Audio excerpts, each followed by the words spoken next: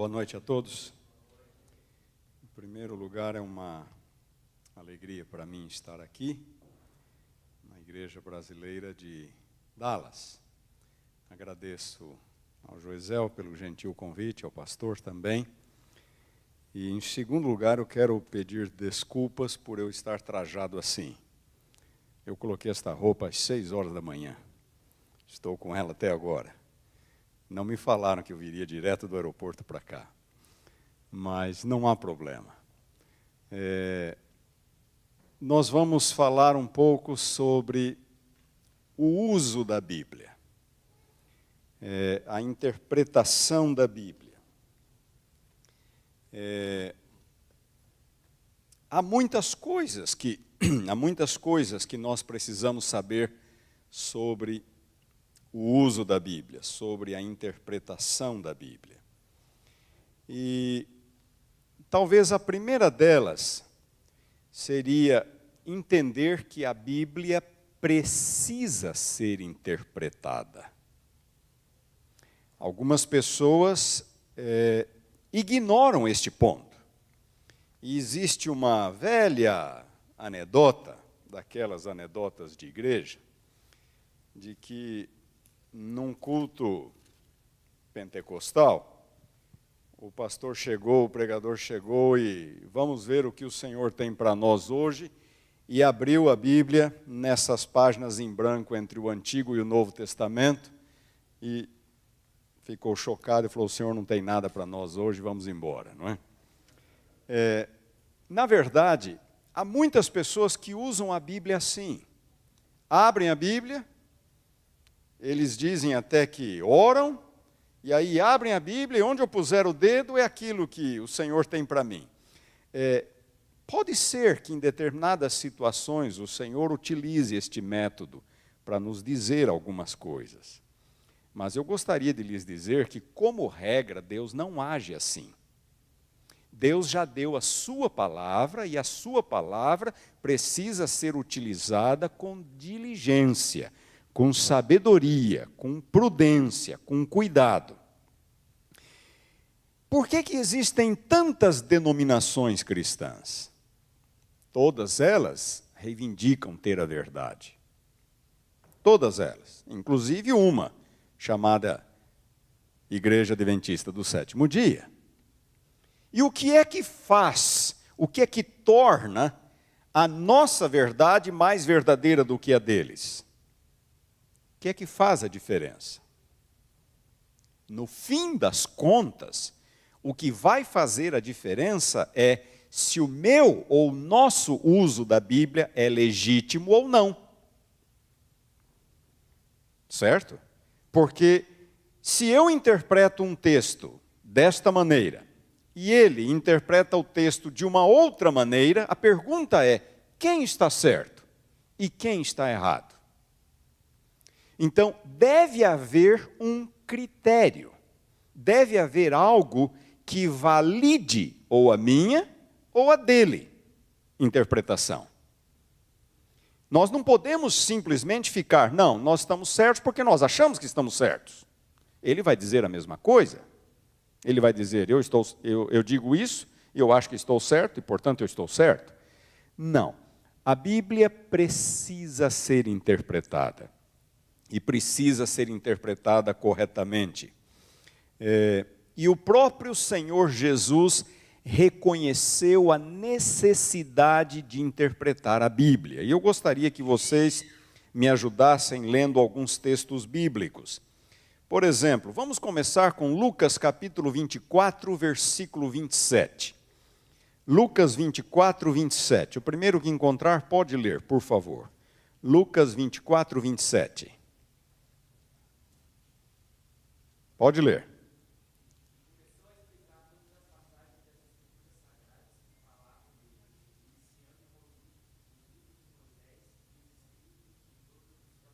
Tá, quem que começou a explicar?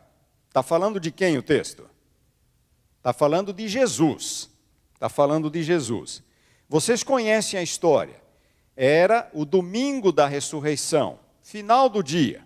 Aqueles 2 discípulos estavam indo para Emaús. eles não sabiam ainda que Jesus havia ressuscitado. Estavam cabisbaixos, tristes, frustrados, decepcionados. Jesus os alcança e começa uma conversa com eles. Por que vocês estão tristes?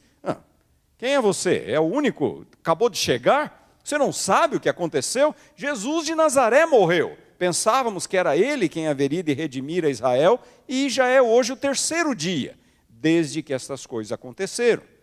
E aí Jesus repreende aqueles 2 discípulos. Jesus diz que eles não estavam crendo naquilo que os profetas haviam dito. E então vem esse texto. E começando por Moisés, Jesus passou a explicar as Escrituras para eles. Por que eles estavam tristes? Por que eles estavam tristes? Em última instância, porque eles estavam interpretando a Bíblia de modo errado. Eles não estavam interpretando as Escrituras de modo correto. E, portanto, não estavam entendendo o que estava acontecendo. E não estavam sequer preparados para a ressurreição de Jesus. Então, Jesus teve que explicar as Escrituras para aqueles 2 discípulos desapontados. Então, notem, o ponto que eu quero destacar é o seguinte: o próprio Senhor Jesus reconheceu a necessidade de explicar a Bíblia corretamente, de interpretar a Bíblia corretamente. E Jesus passou o resto daquela tarde explicando a Bíblia para aqueles 2 discípulos, explicando as profecias messiânicas para aqueles 2 discípulos. Eu quero ir para uma outra passagem agora. 2 Pedro, capítulo 3, versículos 15 e 16. 2 Pedro 3, 15 e 16. Me ajudem aí com este texto, por favor. 2 Pedro 3, 15 e 16. O que diz o apóstolo ali? Quem achou, pode ler.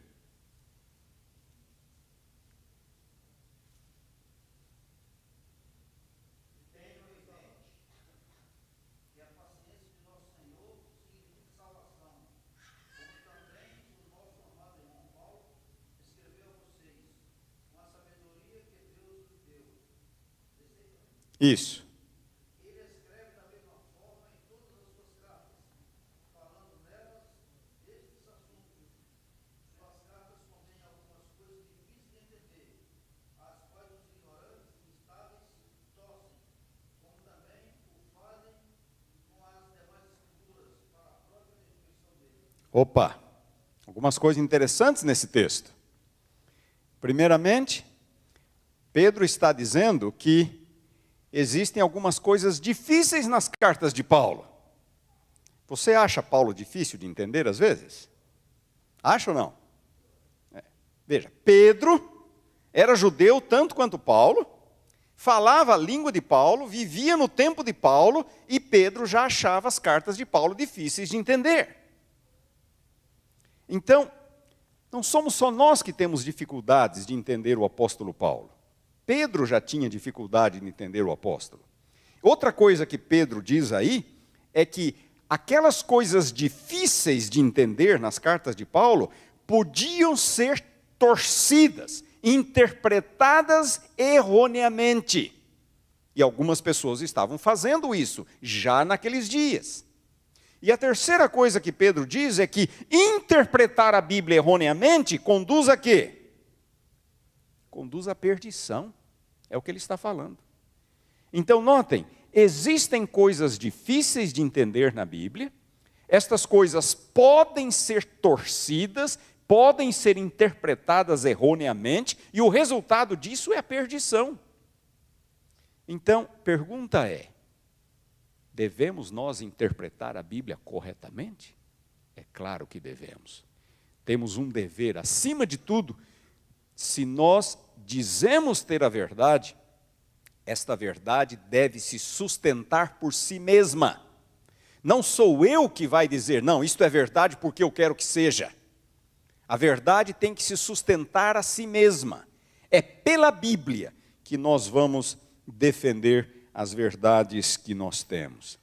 Existem outras passagens que eu poderia mostrar para vocês, mas eu acho que estas duas já são bastante para vocês perceberem que a própria Bíblia reconhece a necessidade de ser interpretada corretamente. E nós vamos dar alguns exemplos hoje à noite, só para você sentir um pouco o clima, não é? Deixa eu lhes fazer uma outra pergunta. Foi a Bíblia escrita para nós? Foi a Bíblia escrita para nós, sim ou não? Opa, eu ouvi um também aí. Nesse também aí, eu percebi alguma outra coisa. Para eles quem? Os judeus, os gentios? Tá, deixa eu mudar então a pergunta. Para quem que Paulo escreveu sua carta aos Romanos? E agora? Para quem que Paulo escreveu sua carta aos Gálatas? Não foi para nós. Foi para os romanos, foi para os gálatas, foi para os coríntios, foi para os efésios, para os filipenses, para os colossenses. Paulo sequer sabia que um dia brasileiros estariam estudando suas cartas em Dallas, no Texas. Paulo sequer sabia disso. Ele não estava pensando em nós quando escreveu. Ele não estava pensando em nós. Portanto, esta é a coisa mais fundamental que eu tenho que me lembrar. Para quem que Paulo escreveu sua carta aos romanos? Para os romanos. Os romanos de quando? De quando? Do primeiro século, mas eu posso ser mais preciso ainda. Quando no primeiro século? Tá, talvez eu não saiba a data exata em que Romanos foi escrita, mas para os romanos contemporâneos de Paulo. Certo? Paulo escreveu sua carta aos romanos que muitos deles, ele conhecia. Os contemporâneos dele. Bom, o ponto que eu quero salientar é que Romanos não foi escrita para nós. E eu só posso entender Romanos se eu colocar Romanos na sua moldura histórica. Se eu entender Romanos lá, naquele contexto. Porque Paulo estava pensando nas igrejas de Roma dos seus dias, nos problemas que a igreja de Roma tinha nos seus dias, nos dias de Paulo. E enquanto eu não for capaz de resgatar todos aqueles elementos históricos do contexto, do momento, eu não vou ser capaz de entender Romanos corretamente. Ou qualquer livro bíblico. Qualquer livro bíblico. Existe uma expressão técnica que nós usamos na faculdade de teologia. A expressão é literatura circunstancial. Literatura circunstancial. O que isto significa? Significa que a Bíblia não caiu pronta do céu. A Bíblia não chegou até nós em placas de ouro, escondidas numa caverna e traduzidas por um anjo chamado Moroni. Você entendeu, né? Há um grupo por aí que fala isso, das escrituras deles. Não foi assim que a Bíblia chegou até nós. Havia um problema lá na igreja de Roma, nos dias de Paulo, e Paulo mandou uma carta para aquela igreja. Havia um outro problema nos dias de Paulo nas igrejas da Galácia, e Paulo mandou uma carta para as igrejas da Galácia, para ajudá-los a resolver aquele problema. Agora, surge então a pergunta, se Paulo escreveu Romanos para os romanos de seus dias, se Paulo escreveu Gálatas para os crentes gálatas de seus dias, por que eu estou estudando Romanos e Gálatas hoje aqui, século 21, em Dallas, no Texas? Por quê? Aí está o ponto. A Bíblia não foi escrita para nós, mas existe na Bíblia uma transcendência. O irmão falou corretamente, também. Existe na Bíblia uma transcendência. Os livros do Antigo Testamento não haviam sido escritos para os cristãos, nem havia cristãos nos tempos do Antigo Testamento. Mas o apóstolo Paulo, escrevendo aos Coríntios, ele disse assim, tudo que foi escrito para nossa enseñança, para o nosso ensino foi escrito. Paulo não diz que tudo que foi escrito para nós. Ele diz, tudo que foi escrito para o nosso ensino foi escrito. Você entendeu a diferença?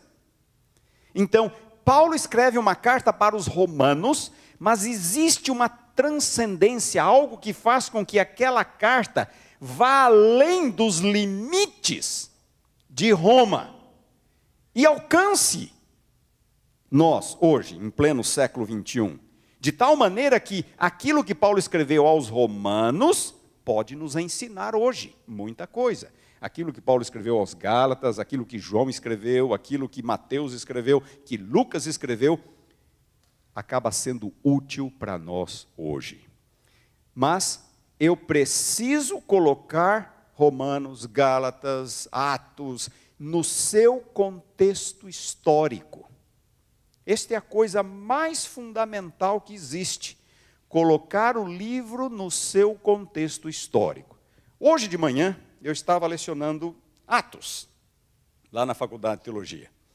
E nós estamos estudando lá na faculdade, exatamente nesta semana, o capítulo 10, que é a visita que Pedro fez a Cornélio. E vocês se lembram, existe ali, naquele capítulo 10 do livro de Atos, uma situação bastante complicada para nós adventistas.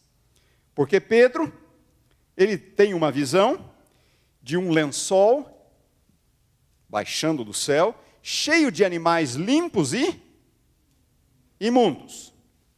É o que existe no animal, no lençol, repleto de animais limpos e imundos.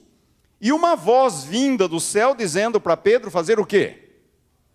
Matar e comer. Matar e comer. O que Pedro faz? Ele diz, não, Senhor, jamais entrou na minha boca alguma coisa impura. Jamais. Mas é isso mesmo que Pedro fala? O que os nossos irmãos evangélicos dizem acerca deste texto? Porque qual é a resposta de Deus? A primeira coisa é mata e come. Aí Deus fala uma outra coisa. Quando Pedro diz, eu nunca comi nada impuro. Aí Deus fala, não considere impuro aquilo que eu purifiquei. E o que todo mundo por aí pensa? Que agora estamos liberados para comer de tudo. Vamos ver o texto com cuidado. Vamos lá, Atos capítulo 10. Atos capítulo 10, vamos lá. Quero chamar a atenção de vocês.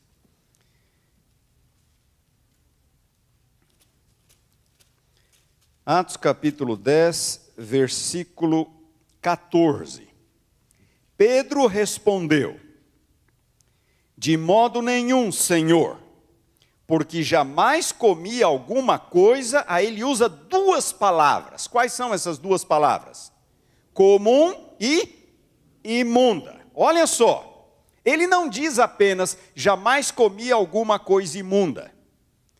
Ele diz, jamais comi alguma coisa comum e imunda. Aí olhem a resposta de Deus, no versículo seguinte. Segunda vez a voz lhe falou, ao que Deus purificou, não consideres comum. Não é o imundo, é o comum. O que Deus purificou, não consideres comum.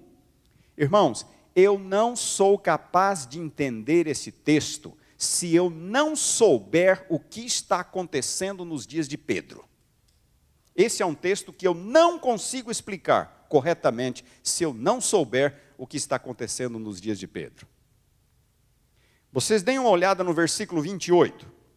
Quando Pedro chega na casa de Cornélio, quando ele entra, ele diz uma coisa, vós bem sabeis que é o quê? É proibido, versículo 28, é proibido a um judeu ajuntar-se ou mesmo aproximar-se a alguém de outra raça. De outra raça. É o seguinte, os rabinos ensinavam os judeus que era proibido entrar na casa de um não-judeu. era proibido. Por quê? Eles diziam que se um judeu circunciso entrasse na casa de um gentio incircunciso, o judeu se contaminaria, religiosamente falando, cerimonialmente falando. Lembram-se lá de Atos, de João capítulo 18, quando Jesus está na casa de Pilatos, em Jerusalém, no pretório, e os judeus vêm ali para pedir a condenação de Jesus, o texto diz assim, que eles, os judeus, se recusam a entrar na casa de Pilatos. João 18. Eles se recusam a entrar para não se contaminarem, porque naquele dia eles querem comer a refeição pascual. Então eles não entram. Se eles entrassem, eles estariam contaminados cerimonialmente e não poderiam participar das festividades da Páscoa, não poderiam comer a refeição pascual. Então eles se recusam a entrar na casa de Pilatos. É o que Pedro diz para Cornélio. É proibido a um judeu entrar na casa de alguém de outra raça. É exatamente o que os rabinos ensinavam. Os judeus se tornaram tão fechados em torno de si mesmos, eles desenvolveram um preconceito tão grande para com gentios incircuncisos, tão grande, que eles se recusavam a manter amizade, comunhão, a entrar na casa de alguém, principalmente a sentar-se com um gentio incircunciso à mesa. E agora Deus precisa trabalhar com Pedro. Deus quer levar Pedro à casa de Cornélio e Deus tem que trabalhar, quebrar esse preconceito na cabeça desse homem. Um apóstolo, estivera com Jesus 3 anos e meio. E então os judeus diziam assim, eles desenvolveram no primeiro século um conceito, aliás, já vinha desde o 2º século antes de Cristo, um conceito chamado contaminação por associação. Contaminação por associação. Então eles diziam o seguinte, uma coisa limpa se torna imunda em contato com alguma coisa imunda. Vocês estão me entendendo? Contaminação por associação. Uma coisa limpa, se entrar em contato com alguma coisa imunda, a coisa limpa se torna contaminada. Então, eles aplicavam isso para qualquer coisa, comida, pessoa, e é por isso que eles não entravam na casa de um gentio incircunciso, porque achavam que se entrassem, a associação tornaria o judeu imundo. Tornaria o judeu imundo. Então, os judeus tinham 2 palavras. Uma palavra é a palavra, eu vou ter que usar a palavra em grego aqui para ficar mais claro, a palavra akatartos, que é a palavra aí em Atos 10, qual era o versículo? 14? 14. A palavra traduzida por imundo é a palavra akatartos. E a outra palavra, traduzida por comum, é a palavra koinos. Koinos. Então, vejam só, já volto a essas palavras. Pedro poderia muito bem, já que o lençol estava cheio de animais limpos e imundos, qual era o problema? Pedro poderia fazer o quê? Pega o limpo. Pega o limpo. Ele não ia dar conta de comer tudo mesmo? Pega 1, 2 ou 3 limpos lá, mata e come. Por que Pedro se recusa? Contaminação por associação. Porque na cabeça de Pedro, nem o limpo agora ele podia comer, porque o limpo estava contaminado pela associação com o impuro. E olha então a resposta de Pedro. Senhor, jamais comi alguma coisa comum e imunda. O imundo é o imundo de Levítico 11. Sabe o que é o comum? O comum é o limpo, que havia se tornado comum, contaminado pela associação com o imundo. Então Pedro falou, Senhor, eu não posso comer nem o imundo, que eu nunca comi, mas também não posso comer o comum. O comum é o limpo que se contaminou com o imundo. Eu não posso comer, Senhor. E aí o que Deus fala para ele? O que Deus fala para ele? Não considere comum aquilo que eu nunca declarei imundo. Então Deus não está mexendo no imundo na sua resposta. O imundo continua imundo. O problema de Deus é mostrar para Pedro que o comum, ou seja, o limpo, não é contaminado pela associação com o imundo. Isso é o que os rabinos ensinavam. Não está na Bíblia isso. Não está na Bíblia. Por exemplo, as pessoas podiam ter gato e cachorro em casa. São animais limpos ou imundos? Gato e cachorro? São imundos. Mas isso não me contamina. Jesus podia entrar em Jerusalém sentado num jumento, que é um animal limpo ou imundo? Imundo, mas isso não contamina. Mas eles achavam que gentil incircunciso contamina. Então, o problema de Pedro era uma má compreensão desse conceito de contaminação por associação. O problema de Pedro não era o imundo era imundo, continuava imundo, ele nunca comera e nunca comeria. Um judeu não comeria imundo. O problema era o limpo do lençol, que Pedro achava que agora estava contaminado pela associação com o imundo. E aí Deus fala: Pedro, não considere comum aquilo que eu nunca disse que seria. Não considere comum. Então Deus não mexe no imundo, o imundo continua imundo. Deus quer resolver o problema do limpo, que Pedro achava que estava agora contaminado. Vocês entenderam a situação? Não tem nada a ver com comida, ou com liberar o imundo para comer. Deus nunca liberou o imundo para comer. Mas Deus está falando: Pedro, pode comer o limpo, porque o limpo não está contaminado pela associação com o imundo. Como é que eu sei isso, irmãos? Eu sei porque eu estudo. Vocês estão me entendendo? É por isso que eu falei para vocês, se eu não souber o que está acontecendo no primeiro século, eu nunca vou ser capaz de entender esse texto corretamente. Porque eu não vou entender a diferença entre o comum e o imundo, e quando Deus fala: Pedro, não consideres comum o que eu purifiquei, então dá a impressão que Deus está liberando tudo para comer. E é o que todo mundo por aí fala. Vocês podem olhar qualquer comentário bíblico, nenhum deles vai gastar tempo explicando o koinós e o akatartos. Nenhum deles vai. E eu estava explicando hoje na sala de aula, e uma aluna: quer dizer que... É isso mesmo, não pode. O imundo continua imundo.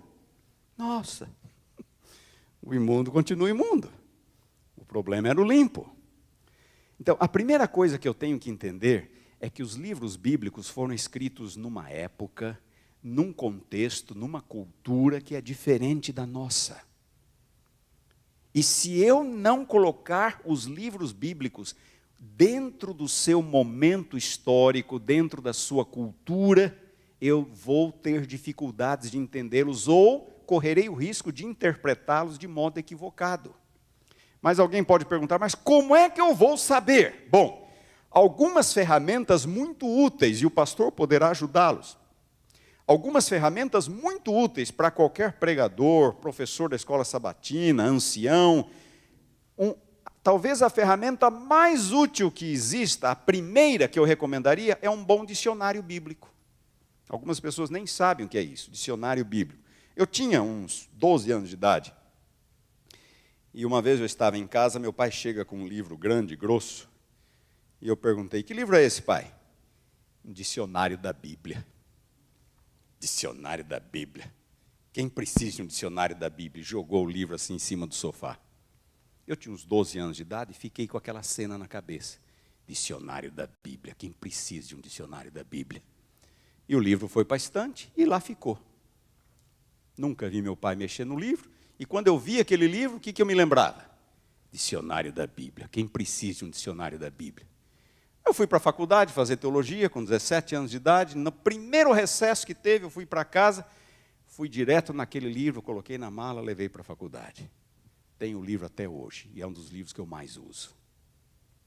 É um dos livros que eu mais uso. Ele explica tudo, chama-se dicionário porque tem uns verbetes em ordem alfabética. Nomes, lugares, árvores, animais, conceitos, tudo, explica tudo que a gente precisa saber. Então você ouve ali a palavra sicômoro. O que é um sicômoro? Como é que era um sicômoro? Vai lá, ele mostra até a foto de um sicômoro, explica tudo do sicômoro. Está entendendo? Mar da Galileia, como é que era? Onde é que era? Do que era formado? Qual era o tamanho? Vai lá, o dicionário explica tudo o que é o Mar da Galileia. Então, é uma ferramenta de grande utilidade, e é uma das primeiras ferramentas que eu recomendo aos meus alunos, é um dicionário bíblico. Comentários bíblicos também ajudam. A igreja tem um comentário, um bom comentário, está trabalhando num novo comentário. Mas, primeira coisa, é nos lembrar de que os livros foram escritos dentro de um contexto histórico. Eu quero colocar agora algumas imagens aqui. Elas estão disponíveis, pastor? Quero colocar no projetor aqui na tela algumas imagens. Dê uma olhada aqui. Vocês conhecem essa imagem? Tá? Vocês conhecem? É a cena do quê? Da Santa Ceia, pintada por Leonardo da Vinci.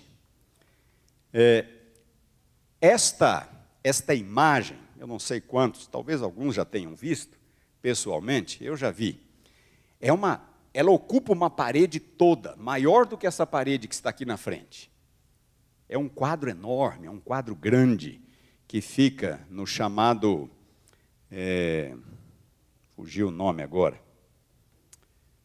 Cenáculo Vinciano, ou Vintiano, ali na cidade de Milão, na Itália. Da Vinci pintou numa parede, e essa parede está em pé até hoje ali. O quadro foi restaurado recentemente. Aí eles fecharam a igreja, e hoje entra um número reduzido de pessoas, eu acho que são 12 ou 13 pessoas de cada vez, e elas podem ficar 15 minutos ali, sai esse grupo, entra outro, com temperatura e umidade controladas, para preservar o quadro. Bom, esse quadro está todo errado. Está todo errado. Tudo errado. O que está de errado nesse quadro? A mesa. A mesa está errada. Essa era uma mesa da Europa no tempo de Leonardo da Vinci. As mesas romanas eram mesas baixas. Mas como é que eram assim? Mesas baixas. Mesas baixas porque ao redor das mesas eles usavam divãs. E eles se reclinavam sobre o braço esquerdo, geralmente com as pernas para trás, e usava a mão direita para se servir. É por isso que Maria, quando ungiu os pés de Jesus, ela pôde e os pés estavam lá atrás, fáceis de serem ungidos. Ou você imagina que Maria veio engatinhando no meio das pernas dos homens embaixo da mesa para ungir os pés de Jesus? Você está entendendo? Jesus estava num divã com as pernas para trás, Maria veio e ungiu os pés de Jesus. As mesas eram baixas. As mesas tinham 3 pernas. As mesas romanas tinham 3 pernas, e elas se chamavam triclinium. 3 pernas. Por quê? Porque o chão não era tão perfeito. E uma mesa de 4 pés, num chão imperfeito, o que acontece? Ela balança. A mesa de 3 pernas nunca balança. Os romanos eram inteligentes também. Então, era uma mesa baixa, deitado. Aí diz que João estava reclinado no peito de Jesus, certo? Não, ele não estava reclinado no peito de Jesus.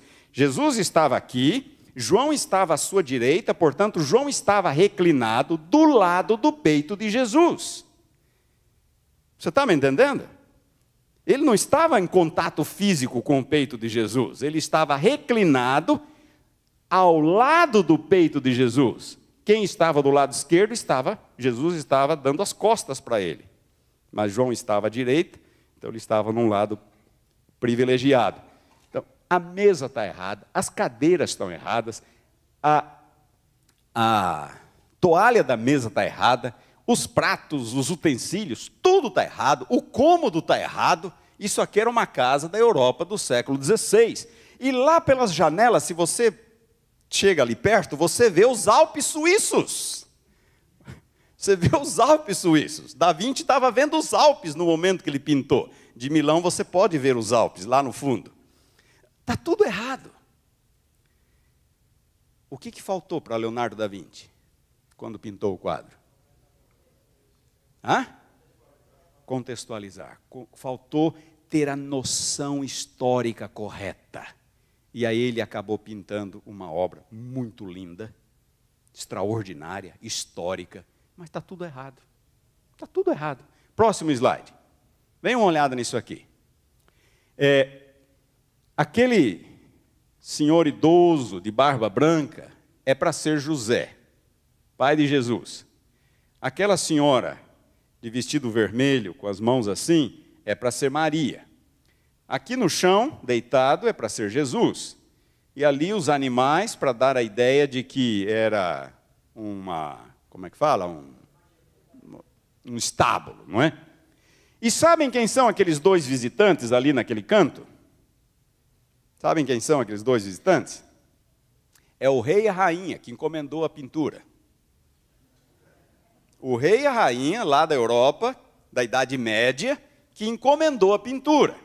Então, eles encomendaram uma pintura para um artista e pediram para o artista, coloca-nos na pintura, para mostrar a nossa fé, a nossa piedade. Para mostrar a nossa fé. Agora, José está com roupa do século XVI, Maria está com roupa do século XVI, a cena, o ambiente é da Europa do século XVI, o rei e a rainha. Vocês sabem que nós também fazemos isso? Quando eu abro a Bíblia e esqueço que ela foi escrita para os romanos, para os gálatas, e leio como se ela fosse escrita para mim.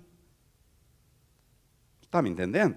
Eu faço a mesma coisa, eu me coloco na cena, sem levar em conta esses 2000 anos de história.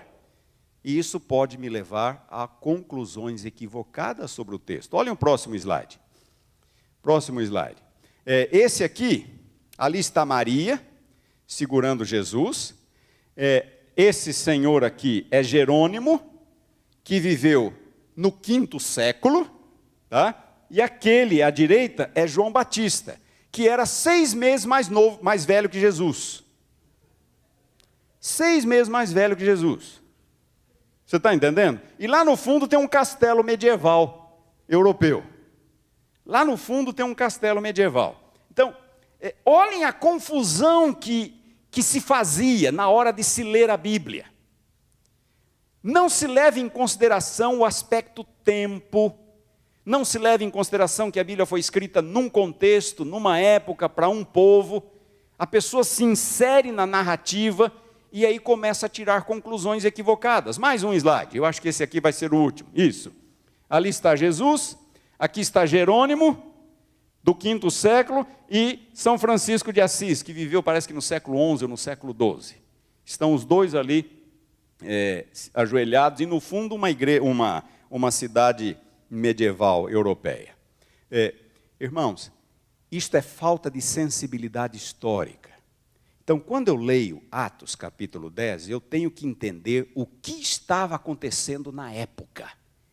Por que Pedro teve dificuldade para ir à casa de Cornélio? Por que Deus teve que trabalhar com a visão do lençol de animais limpos e imundos? Era uma linguagem que Pedro poderia entender. No fim das contas, Deus não estava ensinando nada sobre comida, era sobre gentil. Mas Deus usou animais limpos e imundos por causa do conceito rabínico de contaminação por associação.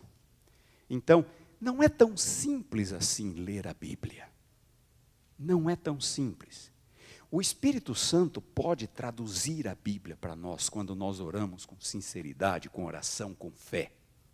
Mas, se eu quero ir um pouco além, interpretar textos difíceis, eu preciso estudar e me inteirar um pouco mais do que está acontecendo. Então, a primeira coisa que nós precisamos fazer é colocar o texto dentro da sua moldura histórica. Recuar no tempo, conhecer um pouco mais os costumes, as práticas. A parábola das 10 virgens. Parábola das 10 virgens. Nós temos a nossa noção de casamento. Sabem como eram os casamentos judeus? Os casamentos judeus eram assim, marcava-se o dia, mas não a hora. Marcava-se o dia, mas não a hora. Então a noiva ficava na sua casa com as madrinhas, as virgens ali da história são as madrinhas. A noiva ficava na sua casa com as madrinhas E o noivo, na hora que ele bem entendesse, ele sairia da sua casa para ir até a casa da noiva, para buscar a noiva e as madrinhas para a sua casa, para a festa. E a noiva nunca sabia que horas o noivo ia chegar, fazia parte do charme ali. Hoje é a noiva que atrasa, não é? Naquele tempo era a noiva que esperava. E o noivo da parábola de Jesus resolveu ir que horas? À meia-noite, no último horário. A noiva ficou esperando, as madrinhas ficaram, elas se cansaram, dormiram, não levaram azeite adicional, jamais imaginavam que o noivo fosse demorar tanto assim. Aí, de repente, à meia-noite, alguém fala, o noivo está aqui, está chegando. E aquelas que não tinham azeite suficiente, não puderam, ao terem que ir comprar, perderam o cortejo de volta para a casa do noivo e não puderam participar da festa. São detalhes que, quando eu fico sabendo como eram os casamentos nos dias de Jesus, a coisa fica tão mais simples de entender. Tão mais simples. Então, a primeira coisa é colocar o texto na sua moldura histórica, no seu contexto histórico. Outra coisa importante na hora de interpretar um texto é colocar o texto no seu contexto literário. Colocar o texto no seu contexto literário. Vou dar um exemplo para vocês. Vamos para Lucas, capítulo 16. Lucas, Evangelho de Lucas, capítulo 16.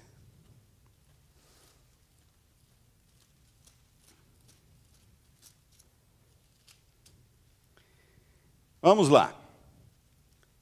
Quem tem o texto aí para nós? Lucas 16, 16. O que diz?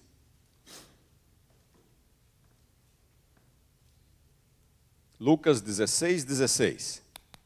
A lei e os profetas profetizaram até João. Não vale. Você está lendo na Nova Versão Internacional. Quem que está lendo aí? Quem que está lendo? A lei e os profetas vingaram até João. Desde esse tempo. Só até ali está bom. A lei e os profetas vingaram ou vigoraram. Vigoraram até João.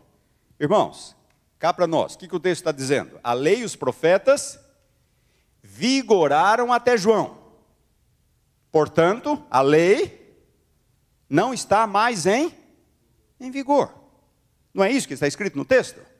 A lei e os profetas vigoraram até João.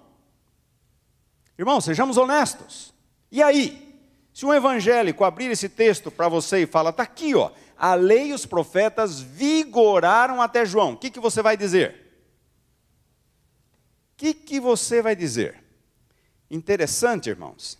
Deem uma olhada. Abra a Bíblia nesse capítulo aí. Olha só o que diz o versículo 17. É mais fácil passar o céu e a terra do que cair um tio sequer da lei. Ora, tem um problema aqui, não tem? Como é que pode o versículo 16 falar, a lei e os profetas vigoraram até João, e Jesus, depois de João falar, é mais fácil passar o céu e a terra do que cair um tio sequer da lei? Tem algum problema aqui?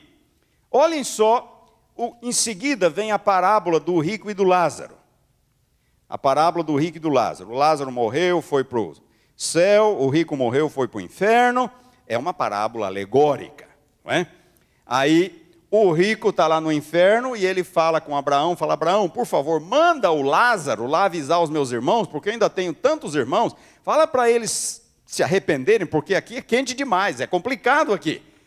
Aí notem a resposta de Abraão. Olhem a resposta, versículo 29. Eles têm o quê? Moisés e os profetas. Ou seja, eles têm a lei e os profetas. Ouçam-nos. Ué, mas a lei e os profetas já não passaram? Moisés e os profetas já não passaram? Não vigoraram só até João? Por que Abraão ainda está insistindo para que os irmãos do rico leiam a lei e os profetas? Moisés e os profetas? Tem alguma coisa errada, irmãos? Aí o rico insiste, não, pai Abraão, se alguém dentre os mortos for ter com eles, arrepender-se-ão, versículo 30. Abraão, porém, lhes respondeu, se não ouvem a Moisés e aos profetas, a lei e aos profetas, tampouco se deixarão persuadir, ainda que ressuscite alguém dentre os mortos. Ora, O versículo 17 diz: é mais fácil passar o céu e a terra do que cair um tio sequer da lei. Na parábola do rico e do Lázaro, Jesus fala, Jesus contando a parábola, eles têm Moisés e os profetas, devem ouvi-los. E como é que pode então o versículo 16 falar: a lei e os profetas vigoraram até João? Vocês percebem que há um problema aqui no contexto? Há um problema. E eu vou explicar para vocês qual é o problema. Lucas 16:16 não tem verbo no grego original, no texto original. Não tem verbo. O texto diz apenas a lei e os profetas até João. Só isso que diz o texto. A lei e os profetas até João. Então, o tradutor tem que suprir um verbo, porque a frase não faz sentido. A lei e os profetas até João, certo? O texto não faz sentido. O tradutor tem que suprir um verbo. E que verbo o tradutor vai utilizar? Que verbo o tradutor vai utilizar? Ele vai utilizar o verbo que ele acha que é correto. E aí surge a tradução: a lei e os profetas vigoraram até João. Porque ele não acredita que a lei seja mais válida. Então, ele acrescenta o verbo que ele acha que lhe convém. Agora, no caso dos evangelhos, é muito interessante, porque eu não tenho só um evangelho contando a vida de Jesus. Quantos evangelhos nós temos? São 4 evangelhos. E às vezes a mesma história, ou a mesma declaração de Jesus aparece em 2, aparece em 3, e às vezes aparece em 4 evangelhos. A mesma declaração de Jesus. E esse versículo, essa declaração, aparece em Mateus. Essa declaração aparece em Mateus. Mateus capítulo 11, versículo 13. Alguém leia para mim. Mateus 11, 13. Mateus 11, 13, por favor. E a lei profetizaram até João. Opa! Mateus diz, a lei e os profetas, o que diz ali? Profetizaram até João. E em Mateus há o verbo, e o verbo é profetizaram. Então Mateus está correto. Então não tem nada a ver com vigoraram. A ideia é, a lei e os profetas profetizaram até João. Como é que nós devemos interpretar então esse texto? Me digam, a lei e os profetas profetizaram até João. O que isso significa? O que isso significa? A lei e os profetas profetizaram até João. A lei e os profetas profetizaram até João Batista. Até João Batista, a vinda do Messias era uma profecia. De João Batista para cá, vivemos na época do cumprimento. Então, a lei e os profetas profetizaram sobre a vinda do Messias até João Batista. De João para cá, vivemos no seu cumprimento. Então, no caso, primeiro lugar, Lucas 16:16, com o verbo vigoraram, não condiz com o contexto, porque Jesus fala, é mais fácil passar o céu e a terra do que um tio sequer cair da lei. Aí na parábola do rico e do Lázaro ele fala, eles têm a lei e os profetas, pois que ouçam a lei e os profetas. E eu tenho um texto adicional em Mateus que tem um verbo, Mateus 11:13, e que portanto é o verbo que eu devo utilizar em Lucas, porque Lucas, por algum motivo, ele escreveu sem o verbo. E aí, deixa eu explicar então aquela versão que o irmão leu ali, a Nova Versão Internacional. Era o ano de 1994. No ano anterior, 1993, eu publiquei meu primeiro livro, que foi publicado por uma editora evangélica no Brasil, uma editora batista, Missão da Igreja Batista, aqui do sul dos Estados Unidos, lá no Brasil, a editora Vida Nova. E publiquei o livro em 93, fiz amizade com os editores ali da editora. No ano seguinte eu estava lá, não me lembro por que motivo, e um dos editores, Luiz Saião Batista, ele veio com o Novo Testamento da Nova Versão Internacional. E ele falou para mim assim, Paroski, está quentinho, acabou de sair do forno, para você. Eu abri e fui direto em Lucas 16, 16. E lá dizia assim: a lei e os profetas vigoraram até João.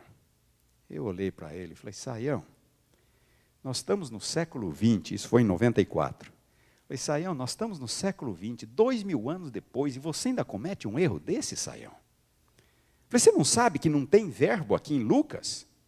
E se não tem verbo, você vai buscar o texto paralelo de Mateus.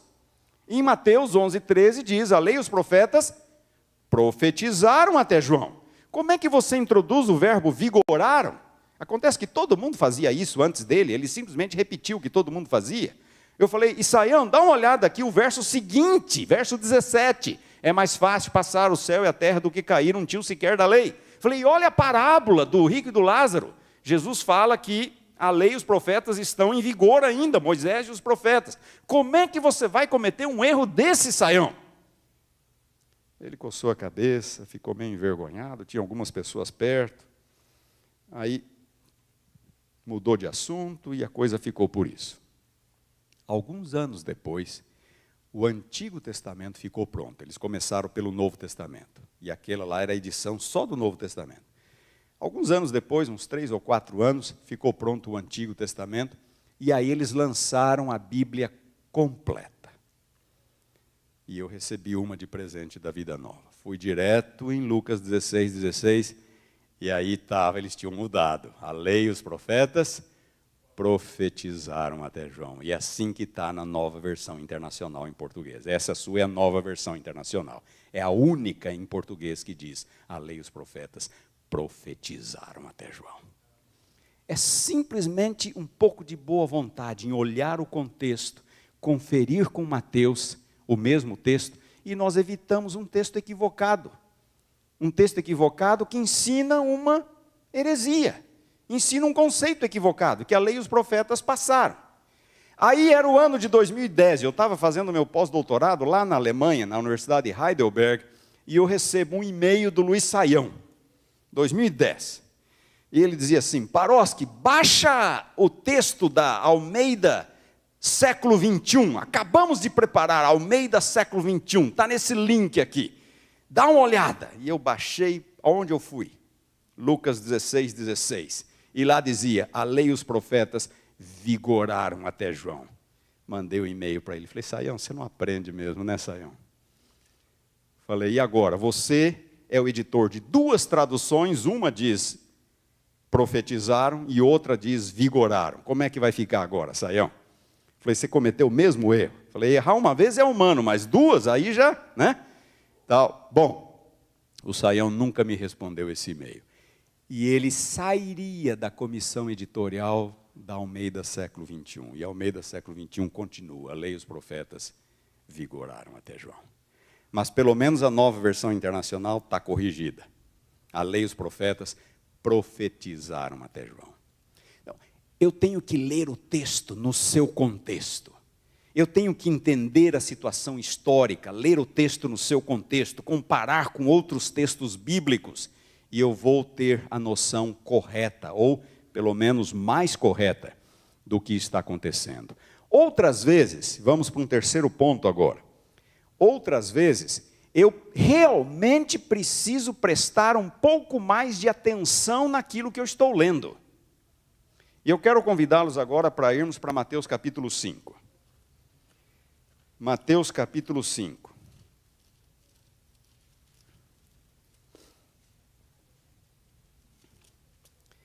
Mateus capítulo 5, versículo 21. Jesus diz assim: ouvistes que foi dito aos antigos, certo? Já no 22, o que ele diz? Eu, porém, vos digo. Vamos dar uma olhada no versículo 27 agora. Jesus diz assim: ouvistes que foi dito. No 28 ele diz: eu, porém, vos digo. Vamos no 31. Também foi dito. Versículo 32. Eu, porém, vos digo.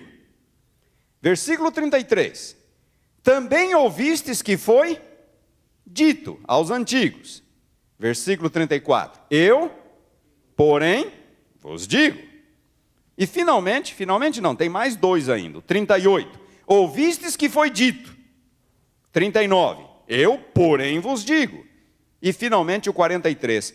Ouvistes que foi dito. Eu, porém, vos digo. O que está acontecendo aqui, irmãos? E Jesus diz, ouvistes o que foi dito, não matarás. Eu, porém, vos digo. Ouviste o que foi dito, não adulterarás. Eu, porém, vos digo. Vocês sabem como que os evangélicos interpretam esse texto? Ou esses 6 exemplos? Sabem como que eles interpretam? Alguém sabe? Mudança da lei. Eles estão dizendo, Jesus está mudando a lei. Ouvistes o que foi dito, eu, porém, vos digo. Jesus está mudando a lei, e Ele pode, porque Ele é Jesus. Jesus está mudando a lei. Todo mundo fala isso, irmãos.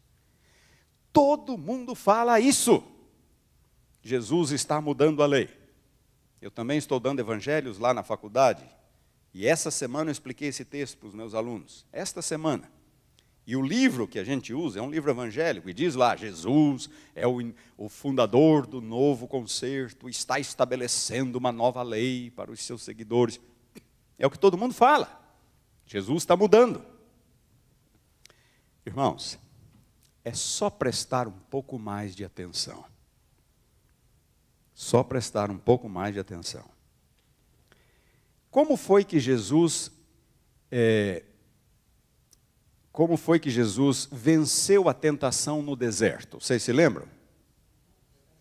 Está escrito. Bom, se você procurar esta fórmula, está escrito, nos evangelhos, vocês vão encontrar não só aquelas 3 referências ali na tentação, no deserto, mas Jesus usa essa expressão inúmeras vezes. Inúmeras vezes. Está escrito. Está escrito. São várias as vezes que Jesus usa isto. Outras vezes, Jesus diz outra coisa. Ele diz assim, não tendes lido, não tendes lido. Então, Jesus usa estas 2 fórmulas.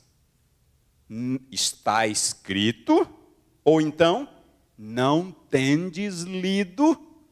Seja qual for a fórmula que Jesus está usando, está escrito ou não tendes lido, ele está falando de alguma coisa que está escrito. Está escrito, ou então, não tendes lido. Ele está falando de alguma coisa que está escrito. Irmãos, ouçam. Todas as vezes que Jesus cita o Antigo Testamento, ele diz ou está escrito, ou ele pergunta, não tendes lido? Vamos de novo agora para esses versículos aí. Versículo 21. Ouvistes que foi dito. Versículo 27. Ouvistes que foi dito. Versículo 31. Também foi dito. Versículo 33. Também ouvistes que foi dito. Versículo 38. Ouvistes que foi dito. E versículo 43. Ouvistes que foi dito. Irmãos, aqui Jesus não está citando o Antigo Testamento. Jesus não cita o Antigo Testamento desta forma. Jesus cita o Antigo Testamento de 2 formas. Quais são? Está escrito ou não tendes lido. Sabem o que Jesus está citando aí? Jesus está citando a tradição rabínica. O que os rabinos ensinavam. Ouvistes o que foi dito aos antigos. Ele está citando os ensinamentos rabínicos. Vamos para o exemplo número 3. O versículo 31. Versículo 31. Também foi dito, aquele que repudiar a sua mulher, dê-lhe carta de divórcio. Eu, porém, vos digo, qualquer que repudiar sua mulher, exceto em caso de relações sexuais ilícitas, a expõe a tornar-se adúltero, e aquele que casar com a repudiada, comete adultério. Irmãos, é o seguinte, Jesus está citando Deuteronômio.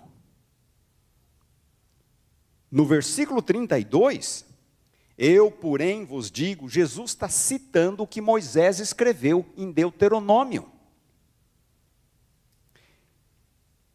E o versículo 31, ouvistes o que foi dito, aquele que repudiar a sua mulher, dê-lhe carta de divórcio, isso era o que os rabinos ensinavam. Vocês vão ficar chocados, mas nos dias de Jesus, havia duas escolas de pensamento judaicas. A chamada escola de Shammai e a escola de Hillel. Shammai era mais bíblico, mais fiel à Bíblia. Hillel não era tanto. Mas Hillel tinha mais seguidores que Shammai.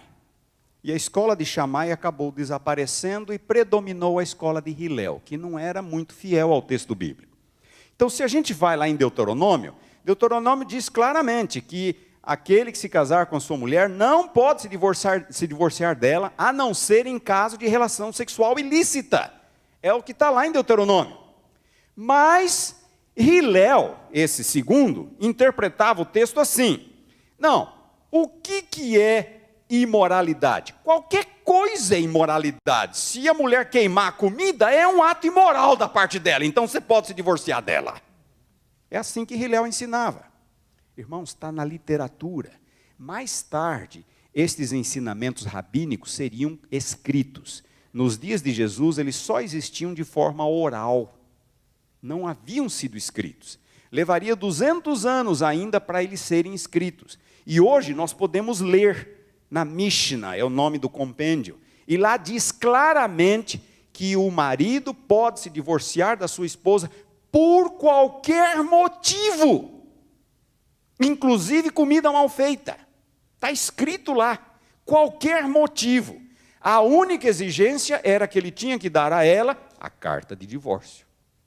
Ele tinha que procurar um escriba, o escriba ia lavrar o termo de divórcio e ele ia entregar isso nas mãos dela. Era a única exigência. Deus nunca permitiu esse tipo de coisa. Lá em Deuteronômio diz, somente no caso de imoralidade ou relações sexuais ilícitas. Então, quando Jesus fala, ouvistes o que foi dito, ouvistes o que foi dito, ouvistes o que foi dito, ele não está citando Moisés. Ele está citando o que os rabinos ensinavam. O exemplo número 6, versículo 43. Ouvistes que foi dito, amarás o teu próximo e odiarás o teu inimigo. Isso não está no Antigo Testamento, irmãos, em nenhum lugar. Mas os rabinos ensinavam assim, você ama o seu amigo, ama o seu próximo e odeia o seu inimigo. Jesus fala, não, você vai ter que amar todo mundo. Você tem que amar até os teus inimigos. Orar por eles, orar pelos que vos perseguem. Então, Jesus não está mudando o que Moisés escreveu, de forma nenhuma. Vocês estão me entendendo, irmãos? Jesus está simplesmente corrigindo os excessos rabínicos, os equívocos dos mestres de seus dias. Então, esse texto é um texto que continua a nosso favor, que ainda hoje pregamos a lei. E não poderia ser diferente. Vamos agora para os versículos 17 a 20, desse mesmo capítulo. Prestem atenção. Não penseis que vim fazer o quê?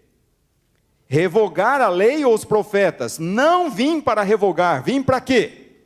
Cumprir. Jesus estava sob a lei. Jesus cumpria a lei como qualquer outro cidadão judeu deveria fazer. Porque em verdade vos digo, até que o céu e a terra passem, nem um i ou um tio jamais passará da lei, até que tudo se cumpra. Aquele, pois, que violaram destes meus mandamentos, prestem atenção agora. Aquele, pois, que violar, versículo 19. Aquele, pois, que violaram destes meus mandamentos, posto que dos menores, e assim fazer o quê? Ensinar. Quem é que ensinava? Os rabinos. Jesus está pensando neles. Aquele que violar e assim ensinar aos homens será considerado o mínimo no reino dos céus. Isso é uma figura de linguagem para dizer que não vai entrar no reino dos céus.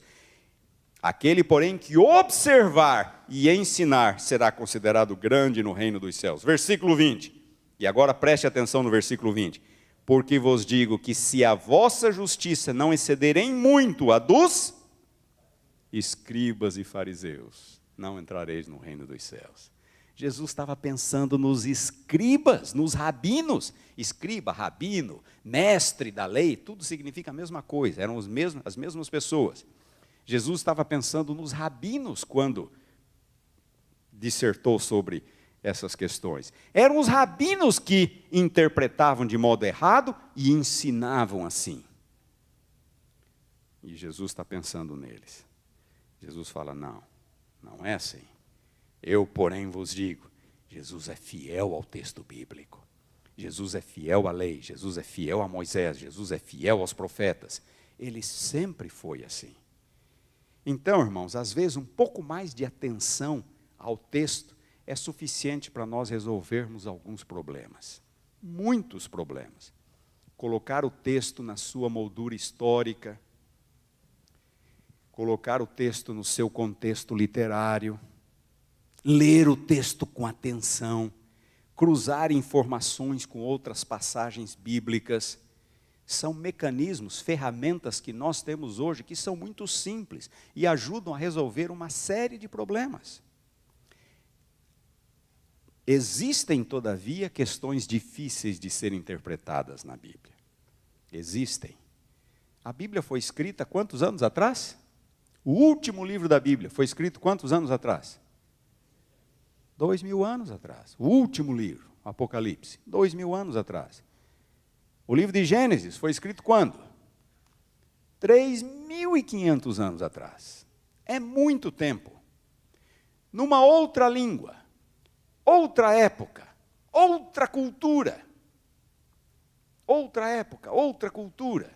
É difícil para nós entendermos tudo que está lá. Existem obstáculos que precisam ser transpostos. Se é um assunto corrente, um assunto moderno, fica fácil. Se alguém chegar para mim e falar, fake news, ninguém precisa me explicar nada, certo? Um dia desse eu recebi uma mensagenzinha, um WhatsApp, dizendo da origem da palavra fake. Você conhece essa ou não? É de Minas. A palavra fake vem de Minas. Ela é usada para pessoas que não têm uma aparência muito bonita. Fulano é fake, dói. Entendeu? É de Minas essa palavra. Mas alguém fala, fake news.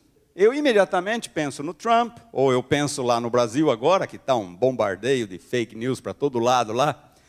Ninguém precisa me explicar nada. Eu ouço essa expressão, eu entendo. Mas de repente eu leio na Bíblia, amontoar brasas sobre a cabeça de alguém. Minha nossa, se o teu inimigo tiver sede, dá-lhe de beber. Se tiver fome, dá-lhe de comer. Porque ao assim fazer, amontoarás brasas vivas sobre a cabeça dele. Que diacho é isso? Amontoar brasa viva sobre a cabeça de alguém? Sabe, são figuras de linguagem que eram usadas no tempo bíblico e hoje eu não entendo. Amontoar brasas vivas sobre a cabeça de alguém significa fazer com que a pessoa se envergonhe do que fez. Então, se o seu inimigo tiver sede, dá-lhe de beber. Se tiver fome, dá-lhe de comer. Porque ao assim fazer, você fará com que ele se envergonhe do mal que ele fez. Amontoar brasas vivas sobre a cabeça de alguém. O texto diz que Adão, certa vez, estava caminhando pelo jardim na viração do dia. Quando Deus veio falar com ele, na viração do dia.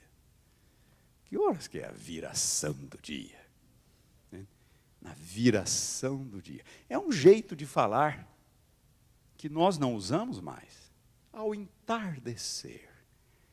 Adão estava caminhando no jardim ao entardecer. A Bíblia está repleta de figuras de linguagem.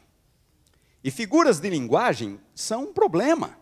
Eu fui pastor em Santa Catarina, e um dia eu fui visitar o meu primeiro ancião, e só estava o filho dele, Gilmar, de 11 anos, e eu falei, Gilmar, cadê o seu pai? Meu pai foi fazer o rancho. Eu sou do Paraná, sou do norte do Paraná.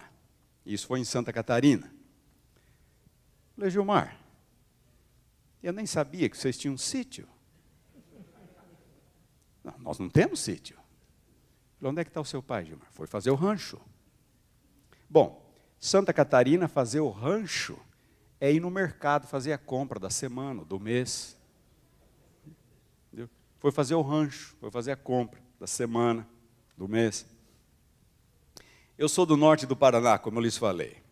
Não sei quantos aqui conhecem o norte do Paraná. Cidade de Cianorte. Cianorte, Maringá, Umuarama, são cidades planas. O norte do Paraná é plano. Plano. Mas por algum motivo, naquela região, quando alguém vai para o centro, ele simplesmente fala, eu vou subir. Onde é que você está indo? Vou subir. E para o centro. Todo mundo entende. Cadê fulano? Subiu. Foi para o centro. Eu era noivo e fui visitar minha mãe. E a minha noiva me liga na sexta-noite para falar comigo. Cadê o Wilson? Subiu, disse a minha mãe. E ela era de São Paulo, a minha noiva. E em São Paulo eles não usam essa expressão. E ela me disse depois que ficou pensando onde é que ele está. Está consertando o telhado, antena de televisão, foi arrebatado e eu fiquei. Não é? Que aconteceu com ele? A cidade é plana. Mas cadê o Wilson? Subiu. Foi para o centro. São figuras de linguagem. Existe até o dicionário do baianês, não é? São expressões que só se usam lá e só eles entendem. É uma outra língua. Todo lugar tem as suas figuras de linguagem. Todo lugar. E se você começar a perceber, brasileiros que moram nos Estados Unidos têm muitas expressões aportuguesadas. Muitas expressões aportuguesadas. Logo que eu cheguei na Andrews em 96, um amigo, nós estávamos juntos assim, e ele falou assim, eu aparquei meu carro ali. Aparcar o carro. Aparcar o carro. Bom, vocês entenderam o que eu quero dizer. São expressões idiomáticas. A Bíblia está repleta disso. Por quê? Porque eram pessoas reais, como vocês e eu, que falavam uma língua, num contexto, numa época. E eu, às vezes, posso ser confundido com essas expressões. Quando Jesus fala, por exemplo, dos fariseus, Jesus diz assim, completai a medida, enchei a medida de vossos pais. Enchei a medida de vossos pais. O que significa encher a medida dos pais? Significa simplesmente completar aquilo que os pais começaram. Encher a medida dos pais, completar aquilo que os pais começaram. Então, irmãos, a Bíblia, ela é fácil e é difícil ao mesmo tempo. É a palavra de Deus para nós. Ela não foi escrita diretamente para nós, mas existe uma transcendência na Bíblia. Os seus ensinos estão ali para nós. E eles são preciosos, são ensinos que podem nos trazer a vida eterna. Paulo falando a Timóteo, desde a infância conheces as sagradas letras, não é? Que podem tornar-te apto para a vida eterna. Qualquer pessoa pode ter acesso à Bíblia e lê-la e interpretá-la corretamente. Mas sempre existem coisas difíceis. Jesus precisou interpretar para os discípulos. Pedro reclamou das passagens difíceis nas cartas de Paulo. Às vezes eu preciso um pouco mais do que simplesmente oração. Eu preciso ler um livro, preciso pegar um bom dicionário, preciso pegar um comentário bíblico, ou preciso chegar para o pastor, e é papel do pastor, interpretar a Bíblia também. Só que tem uma coisa, não se esqueçam disso. Nem pastor, nem professor de teologia é uma enciclopédia ambulante. Podemos não ter a resposta na hora, mas é dever do pastor, do professor, trazer no dia seguinte. Eu não sei, mas vou trazer a resposta. É papel dele. Mas muitas vezes nós não precisamos dar esse trabalho extra para o pastor. É simplesmente uma questão de abrir um livro, de dar uma lida aqui, ler esse artigo, ler esse material. A verdade é, irmãos, a interpretação da Bíblia é uma coisa extraordinária, é uma coisa gostosa. mas eu preciso saber usá-la com propriedade. É muito fácil errar na hora que eu estou lendo a Bíblia. É muito fácil cometer erros. E é por isso que existem tantas pessoas aí. Tantas pessoas. Existe um videozinho, estou me lembrando agora. Existe um videozinho na internet de um repórter da Globo que foi entrevistar um pastor de desses grupinhos de fundo de quintal no Brasil. Esse pastor estava tendo relações sexuais com as mulheres da sua igreja. E ele tinha uma base bíblica para isto. Quando Deus fala para Oséias, vai, pega uma mulher adúltera e se casa com ela. Esse pastor não estava vendo o acento no U. Então ele leu para o repórter, olha aqui o que a Bíblia diz, vai, pegue uma mulher do teu povo e adultera. Só que não é o que o texto diz. O texto diz adúltera. Existe picareta para todo lado, irmãos. Sabe? Existe picareta para todo lado. Nós dizemos ter a verdade, nós temos o dever de ler a Bíblia corretamente, usá-la com propriedade. Se a Bíblia não falar por si só, se ela não se sustentar a si mesma, então eu não posso dizer que a minha interpretação é melhor do que a do meu vizinho. Eu tenho que dar razões bíblicas para a fé que eu tenho. Então, que Deus possa nos abençoar, irmãos, para que nós possamos ler a Bíblia, estudar a Bíblia e saber usá-la. Às vezes temos que gastar um pouco mais de tempo. As coisas foram ficando complicadas. Nos primórdios do cristianismo não existia faculdade de teologia.